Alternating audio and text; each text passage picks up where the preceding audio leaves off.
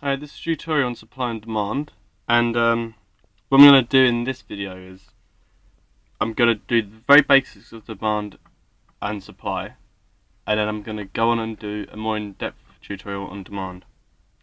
Basically, demand is the quantity of a good or service that consumers are willing and able to buy at a given price in a given time period, and the law of demand is that as prices fall, there is an expansion of demand, if prices rise, then there is a contraction of demand, and the demand curve usually goes from the top left hand corner to the bottom right hand corner, but it's very rarely in a straight line, and if it is in a straight line then it's very worrying for firms.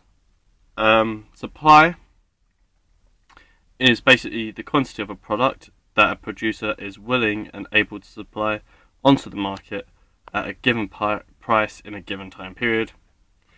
And also the law of supply is that as the price of a commodity rises, so producers expand their supply onto the market. The supply curve shows a relationship between price and quantity a firm is willing to sell.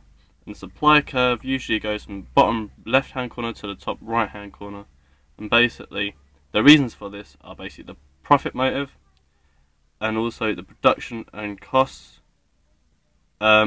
which summarizes basically when output expands, a firm production costs more. They rise, sorry. And also is basically the benefits of new entrants coming onto the market. So that's basically the basics of supply and demand. If you add all supply and demand up in a nation, you get and in an economy, you get aggregate demand and aggregate supply. Aggregate demand I'll go into more depth on because it is basically the centre of a very large school of economic thought debate, usually between the monetarists and the Keynesians.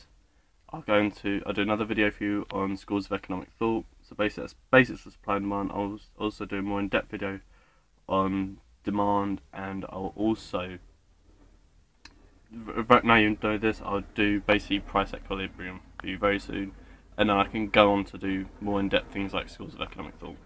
So that was the tutorial on supply and demand. Thanks for watching.